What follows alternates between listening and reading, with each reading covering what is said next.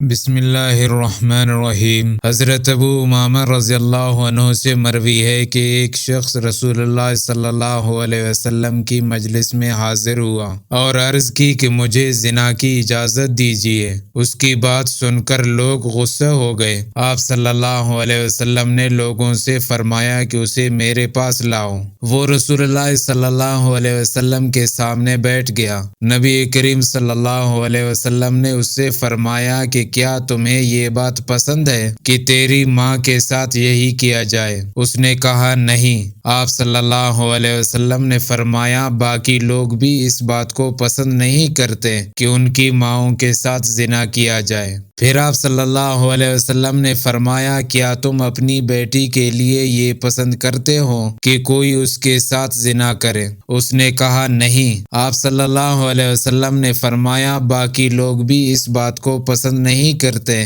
کہ ان کی بیٹیوں کے ساتھ زنا کیا جائے۔ پھر آپ صلی اللہ علیہ وسلم نے فرمایا کیا تم اپنی بہن کے لیے پسند کرتے ہو کہ کوئی اس کے ساتھ زنا کرے؟ اس نے کہا نہیں۔ آپ صلی اللہ علیہ وسلم نے فرمایا باقی لوگ بھی اس بات کو پسند نہیں کرتے کہ ان کی بہنوں کے ساتھ زنا کیا جائے۔ پھر آپ صلی اللہ علیہ وسلم نے اس کے سینے پر اپنا ہاتھ مبارک رکھا اور یہ دعا دی، اے اللہ اس کے گناہ کو مٹا دے، اس کے دل کو پاک کر دے اور اس کی عزت کی حفاظت فرما۔